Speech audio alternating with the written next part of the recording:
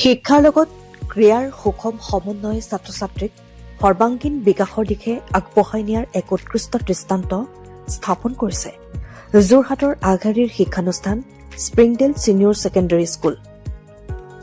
বিদ্যালয়খনত সপ্তাহজোৰাকৈ আয়োজন কৰা হৈছে বাৰ্ষিক ক্ৰীড়া দিৱস, যাৰ শুভাৰম্ভ আজি অতি উৎসৱমুখৰ আৰু আড়ম্বৰপূৰ্ণ পৰিৱেশত কৰা হয়।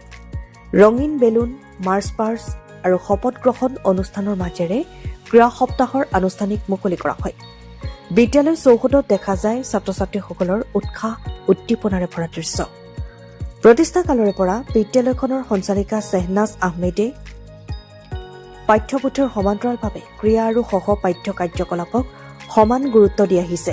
তেখেতৰ দূৰদৰ্শী চিন্তাধাৰা আৰু একান্ত প্ৰচেষ্টাৰ ফলতেই বিদ্যালয়খনৰ বহু ছাত্ৰ ছাত্ৰী ইতিমধ্যেই জিলা, ৰাজ্য তথা ৰাষ্ট্ৰীয় পৰ্যায়ৰ বিভিন্ন ক্ৰীড়া প্ৰতিযোগিতাত অংশগ্ৰহণ কৰি স্কুলৰ লগতে যোৰহাট আৰু অসমলৈ গৌৰৱ কঢ়িয়াই আনিবলৈ সক্ষম হৈছে।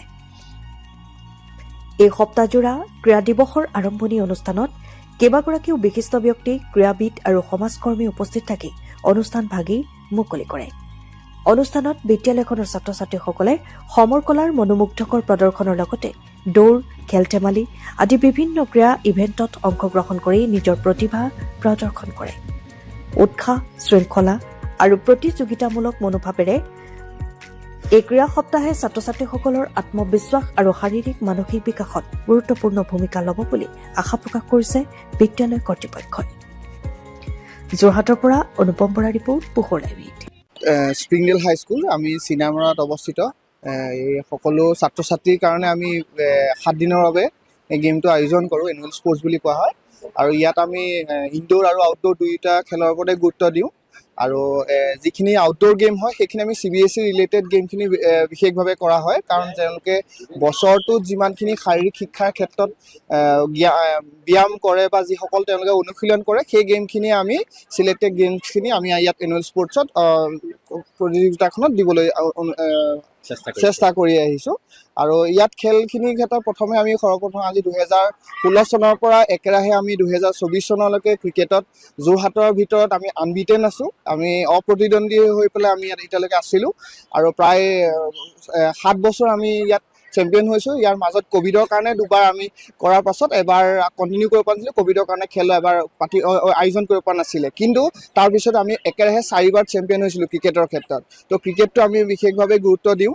আৰু লগতে আউটডোৰ গেম হিচাপে আমি ফুটবলতো এইবছৰ যোৰহাট ষ্টেডিয়ামত যি আয়োজন কৰে যোৰহাট জিলা ক্ৰীড়া সন্থাৰ ফালৰ পৰা, তাতো আমি ফুটবলত ছেমিফাইনেললৈকে উপনীত হ'ব পাৰিছোঁ। তো ফুটবলৰো ইয়াত এনুৱেল স্পৰ্টছত আমি প্ৰতিযোগিতাখন কৰোঁ। লগতে ইনডোৰ গেম হিচাপে কাবাডীটো আমি আয়োজন কৰোঁ, কিন্তু ইয়াত বাহিৰতে আমি কাবাডীটো কৰাওঁ আউটডোৰ হিচাপে। আৰু 2015 চনৰ পৰা আমি একেৰাহে CBSE যি কাবাডী গেমছ হয় তাত আমি অংশগ্ৰহণ কৰি আহিছোঁ। আগৰ বছৰ কৰিছোঁ, এইবছৰ কৰিছোঁ।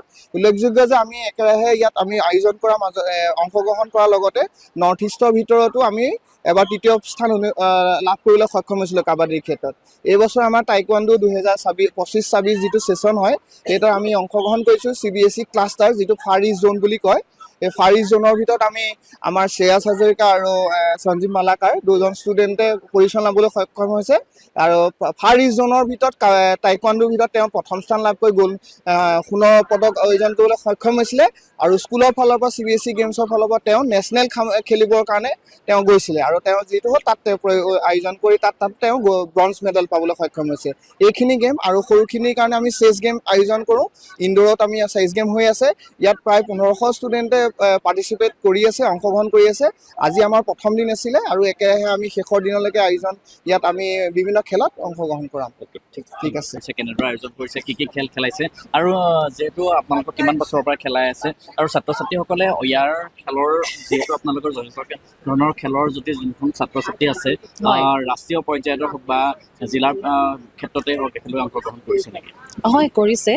আজি আমি প্ৰায় এমাহ ধৰি পেলাই আমাৰ এই খেলৰ লগত জড়িত যিখিনি অনুশীলন সেইখিনি কৰি থকা হৈছে, আৰু তাৰ কাৰণে ছাত্ৰ ছাত্ৰীসকলক খুব সুন্দৰভাৱে প্ৰশিক্ষণ দিয়া হৈছে। আৰু আজি বিভিন্নজন ব্যক্তিৰ উপস্থিতিত আমাৰ ইয়াতে অনুষ্ঠানখন অনুষ্ঠিত হৈছে। তাৰে ভিতৰত এজন হৈছে মিষ্টাৰ নৰেন্দ্ৰ সভা পণ্ডিত, তাৰপিছত এজন হৈছে আপোনাৰ মিষ্টাৰ নাগেশ সিং, আৰু এজন হৈছে আমাৰ ক্ৰিকেট জগতৰ অসমৰ শ্ৰী পংকজজ্যোতি শ্ৰুতিকৰ ছাৰ। তেখেতসকলৰ আতিথ্যত আজি আমাৰ ইয়াত আমাৰ খেলৰ শুভাৰম্ভ কৰা হৈছে। বাকী ইয়াত আমাৰ বিভিন্ন ধৰণৰ কেটেগৰীত আমাৰ খেলসমূহ অনুষ্ঠিত হৈছে।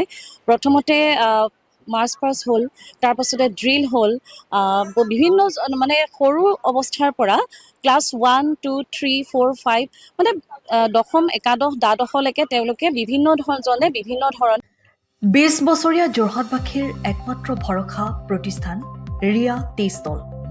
হয়, যোৰহাট পুৰণি বালিবাটস্থিত বিজি পথত আপোনালোকৰ আপোন আৰু ভৰসাৰ চাহ, মিঠাই, বিভিন্ন সুস্বাদু সমৃদ্ধ বিপণী Riya tea stall. Riya tea ষ্টলৰ দ্বিতীয়খন সংযোজন ৰিয়া টি ষ্টল ৰাইজৰ বাবে মুকলি। ইয়াত নানান ধৰণৰ বিস্কুট, ব্ৰেড, সুস্বাদু পেষ্ট্ৰি, কেক, চাহ, কফিৰ লগতে বাৰ্থডে কেক উপলব্ধ। লগতে অৰ্ডাৰ মতে যোগান ধৰা হ'ব। তেনেহ'লে পলম নকৰি আহক আপোনালোকৰ প্ৰিয় বিপণী ৰিয়া টি ষ্টললৈ।